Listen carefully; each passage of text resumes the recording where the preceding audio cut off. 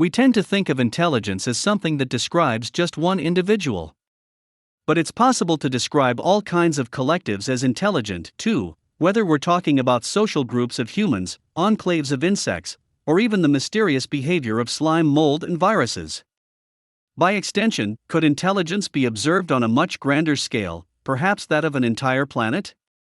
In a newly published paper, a team of space scientists explores this tantalizing question, reaching some surprising conclusions about our very own Earth. An open question is whether or not intelligence can operate at the planetary scale, and if so, how a transition to planetary-scale intelligence might occur and whether or not it has already occurred or is on our near-term horizon, the team writes. They note that understanding this question could help us to steer the future of our planet. However, according to their own criteria, it looks like we're not there yet.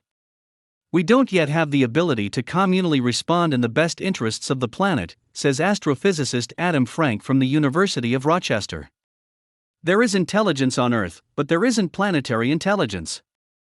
According to the researchers, the emergence of technological intelligence on a planet, a common reference point in astrobiology research, should perhaps be viewed not as something that happens on a planet, but to a planet. In such an interpretation, the evolution of planetary intelligence would represent the acquisition and application of a collective body of knowledge operating across a complex system of different species at the same time, and in a harmonious way that benefits or sustains the whole biosphere. Unfortunately, and obviously, humans and Earth are not at that point yet. In fact, Frank and his co-authors say we've only made it to the third stage of their hypothetical timeline for the development of planetary intelligence.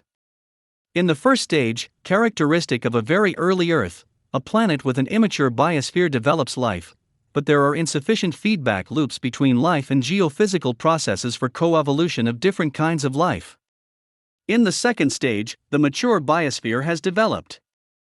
Next, a planet could become the third stage, an immature technosphere where Earth currently is. In this stage, technological activity has developed on the planet, but it's not yet sustainably integrated with other systems, such as the physical environment.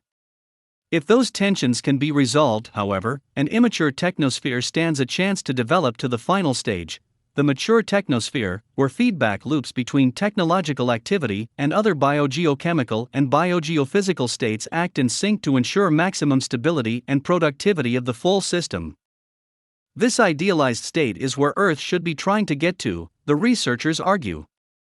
Planets evolve through immature and mature stages, and planetary intelligence is indicative of when you get to a mature planet, says Frank. The million-dollar question is figuring out what planetary intelligence looks like and means for us in practice, because we don't know how to move to a mature technosphere yet. According to the researchers, we currently sit on a precipice, where our collective actions clearly have global consequences, but we are not yet in control of those consequences. If, in tandem with other forces on the planet, we can develop a balance where those consequences become controlled, we might finally evolve, as a planet, to the next level. A transition to planetary intelligence, as we described here, would have the hallmark property of intelligence operating at a planetary scale, the researchers write in their paper. Such planetary intelligence would be capable of steering the future evolution of Earth, acting in concert with planetary systems and guided by a deep understanding of such systems.